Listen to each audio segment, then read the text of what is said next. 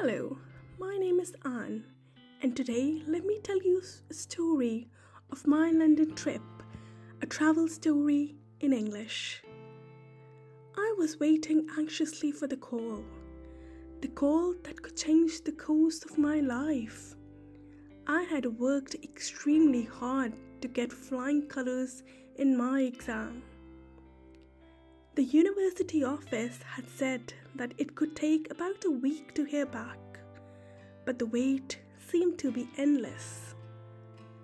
Finally, the phone rings. "Hello, is this Anne?" "Yes," I replied quickly. "Well, I'm Mr. Barn from London University. I'm pleased to inform you that your application to study law in London has been successful." I was over the moon. My hard work had finally paid off.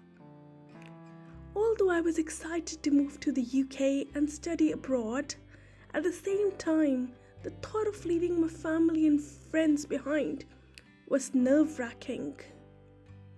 I thought to myself that in 2 days, I'll be totally in a new country, in a different culture, and on my own. After 2 days, I boarded the flight to London. After a couple of hours' journey, I landed in London. There was still over a week left for the university to start and let freshers settle in. I met 2 other girls from my region. One was studying law, the other was studying biology. We all started to hang out together, and one day we decided to explore London. London, a city loved by tourists. Well, we said to each other, "Let's go explore London."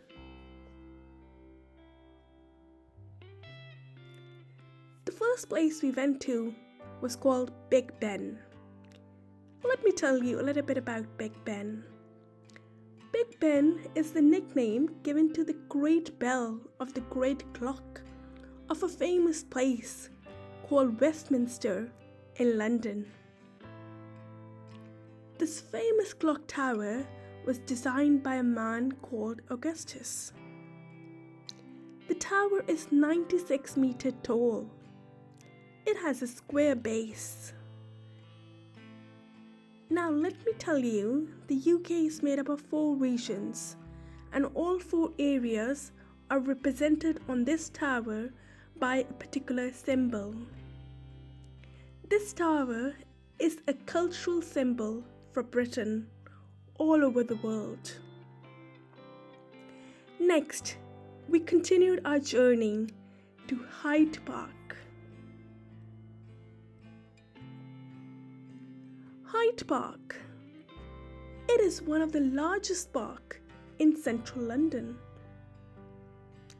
Don't be mistaken, as there are a lot of things to discover.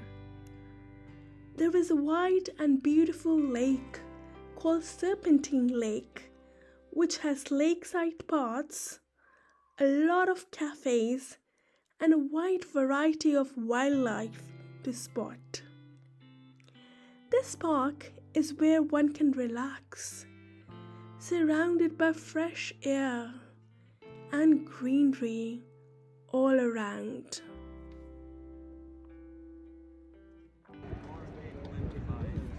Next came Kensington Palace.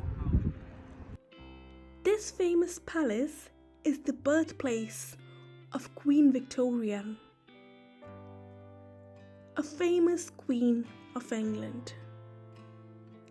Outside this palace stands a statue, a big statue of Queen Victoria, a glorious monument.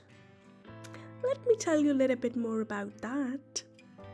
This was designed by Princess Louise in 1893, and this marble statue shows a young Queen Victoria in her coronation robe. She was only 18 years at that time.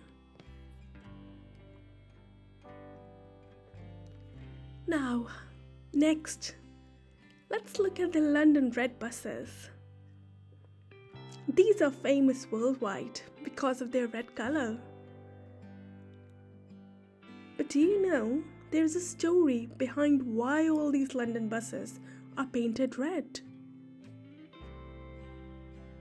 It's no surprise that these London buses have become a symbol for the London city. But do you know the reason the London buses are red? Well, let me tell you. In 1907, a company called General Omnibus Company that owned most of the London buses wanted to stand out from all other companies. I guess they just wanted to get ahead from the competition. And I think they did a pretty job. Because until today as well, all the buses in London owned by this particular company is colored red. And they have become a symbol for London. Well, thank you so much for coming along with me to my journey. Thanks so much for watching this video, this short story in English regarding my travel. Please consider subscribing for more English videos, whether it's English stories or English conversations. If you enjoy anything in English, please consider subscribing. Thank you so much for watching. I'll see you in another video.